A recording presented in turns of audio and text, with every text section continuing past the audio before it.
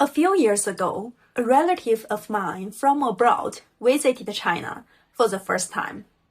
We took her to a family dinner, and halfway through the meal, she leaned over and whispered, "Why does it feel like everyone here is smoking?" She wasn't exaggerating. In restaurants, at weddings, and even in offices, cigarettes are everywhere. That question stayed with me. Why is smoking still so visible in China, when in much of the world it's already a social taboo? Hello everyone, I'm that girl in China. Today, let's talk about why China reversed smoking culture, business and habit. About 1 in 4 adults in China smoke. Among men, the rate is around 44%, while among women, it's about 2%. China has more than 290 million smokers, about 1/3 of the world's total.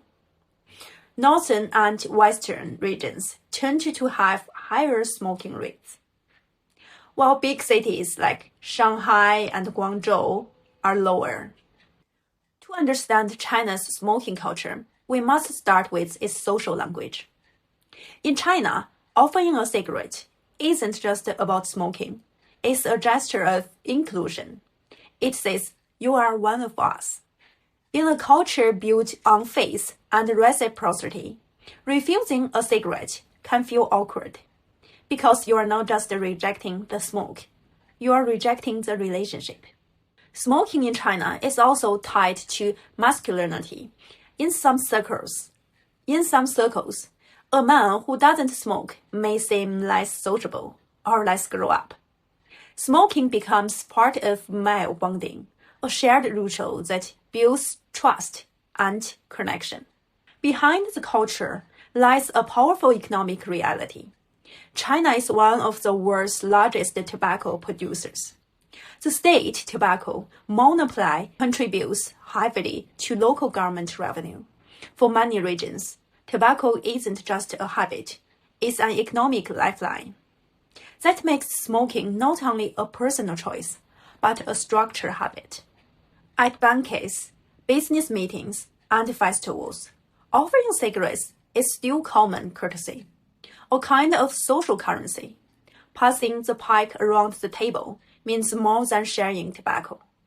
It's about sharing trust, warmth, and connection. In this culture, smoking becomes part of maintaining relationships. But we cannot ignore its cost.